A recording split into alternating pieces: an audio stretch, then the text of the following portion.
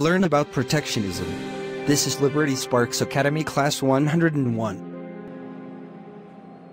Imagine it is a winter season and is too cold, and you cannot afford to buy a jacket because they're too expensive in your country but cheaper in another country.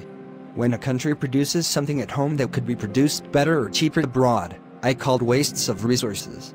Adam Smith pointed out that by means of greenhouses, grapes could be cultivated in cold, rainy Scotland but at about 30 times the expense of growing them in the natural France.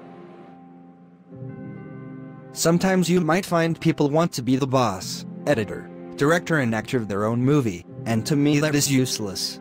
Why waste resources, your time, money and effort on trying to do something yourself when someone else does it better or more cheaply?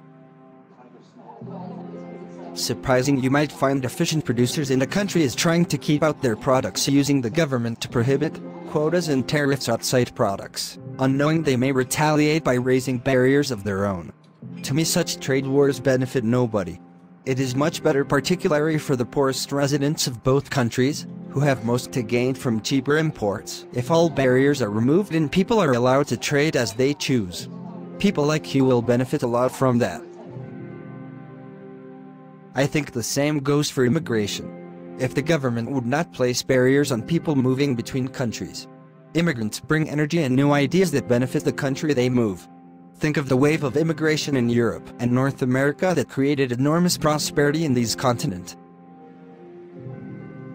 Thanks so much for watching, and let me conclude by saying protectionism is totally a waste. It should stop, because it harms poor people the most.